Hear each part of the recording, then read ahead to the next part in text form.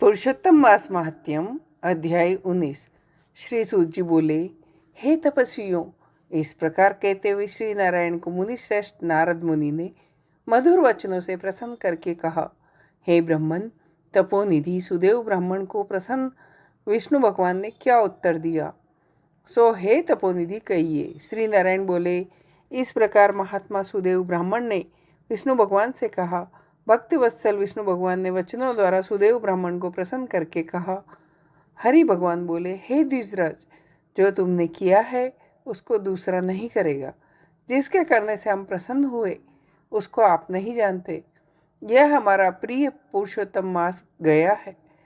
स्त्री के सहित शोक में मग्न तुमसे उस पुरुषोत्तम मास की सेवा हुई है तपोनिधि। इस पुरुषोत्तम मास में जो एक भी उपवास करता है, हे द्विजोत्तम, वह मनुष्य अनंत पापों को भस्म कर विमान में बैठ वैकुंठ लोक को जाता है।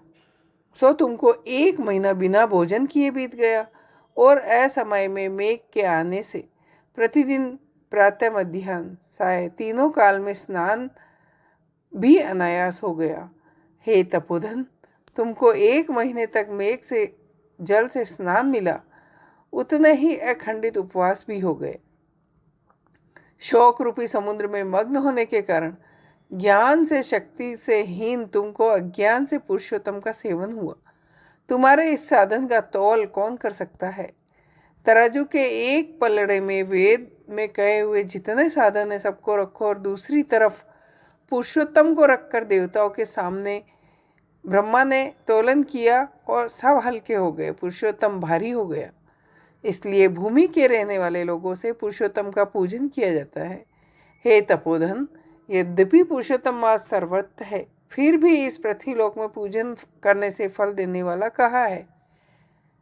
इससे है बस इस समय आप सब तरह से धन्य हैं, क्योंकि आपने इस पुरुषोत्तम मास में उग्र तथा परम दारुण तप को प्राप्त किया।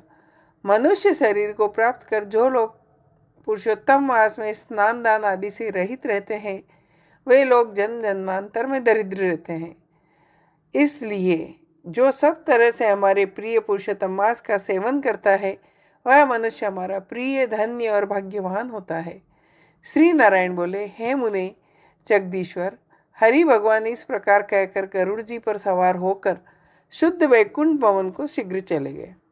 सपत्नी सुदेव शर्मा पुरुषोत्तम मास के सेवन से मृत्यु से उठे हुए सुखदेव पुत्र को देख अत्यंत दिन रात प्रसन्न होने लगे।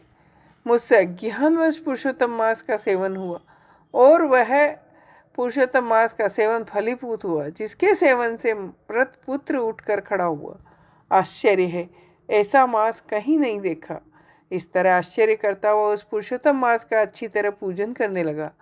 वह सपत्नी ब्राह्मण श्रेष्ठ इस पुत्र से प्रसन्न हुआ और सुखदेव पुत्र ने भी अपने उत्तम कार्यों से सुदेव शर्मा पिता को प्रसन्न किया। सुदेव शर्मा ने पुरुषोत्तम मास की प्रशंसा की, आदर के साथ श्री विष्णु भगवान की पूजा की और कर्म मार्ग से होने वाले फलों में इच्छा का त्याग कर एक भक्ति मार्ग में ही प्रेम रखा। श्रेष्ठ पुरुषोत्तम मास के समस्त दुखों का नाश करने वाला ध्यान उस मास के आने पर स्त्री के साथ जप हवन आदि से श्री हरि भगवान का सेवन करने लगा। वह सपत्नी श्रेष्ठ ब्राह्मण निरंतर 1000 वर्ष संसार के समस्त विषयों का उपयोग कर विष्णु भगवान के उत्तम लोक को प्राप्त हुआ। जो योगियों को भी दुष्प्राय है, फिर यज्ञ करने वालों को कहाँ से प्राप्त हो सकता है।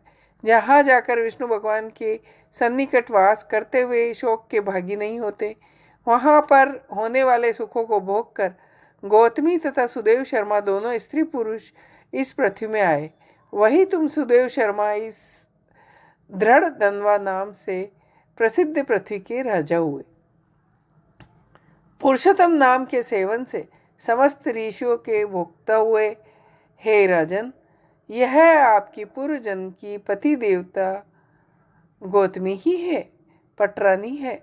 जो भोपाल जो आपने पूछा वो सब मैंने कहा। और सुख पक्षी तो पूर्व जन्म में जो पुत्र सुखदेव नाम से प्रसिद्ध थे और हरि भगवान ने जिनको जिलाया था, वह 12,000 वर्ष तक आयु भोग कर बैकुंठ को गया। वहाँ वन के तालाब के समीप वृट वृक्ष पर बैठकर पूर्व जन्म के पिता तुमको आए हुए देख मेरे हितों को उपदेश करने वाले प्रत्यक्ष मेरे देव विषय रूपी सर्प से दूषित संसार सागर में मग्न इस प्रकार पिता को देखकर अत्यंत कृपा से युक्त वह शुक पक्षी विचार करने लगा कि यदि मैं इस राजा को ज्ञान का उपदेश नहीं करता हूँ तो मेरा बंधन होता है। जो पुत्र अपने पिता को पुन्नाम नरक से रक्षा करता है वही पुत्र है। आज मेरा यह श्रुति के अर्थ का ज्ञान भी व्यर्थ हो जाएगा, इसलिए अपने पूर्व जन्म के पिता का उपकार करूँगा। हे राजन दृढ़ धनवा, इस तरह के निश्चय करके वह सुख पक्षी वचन बोला। हे पाप रहित राजन, जो आपने पूछा वह सब मैंने कहा। अब इसके बाद पाप नाशिनी सरयू नदी को जाऊंगा। श्री नारायण बोले। इस प्रकार बहुत समय तक उस प्रसिद्ध यशस्वी राजा दृढ़ धनवा के पूर्व जन्म का चरित्र कहकर चाहते हुए वाल्मीकि मुनि की प्रार्थना कर असंख्य पुण्यवान राजाओं का राजा वाल्मीकि मुनि को नमस्कार करता हुआ कुछ बोला। इति श्री बृहन्नारदीये पुराणे पुरुषोत्तम मास महात्म्य में 9 अध्याय। जय हो।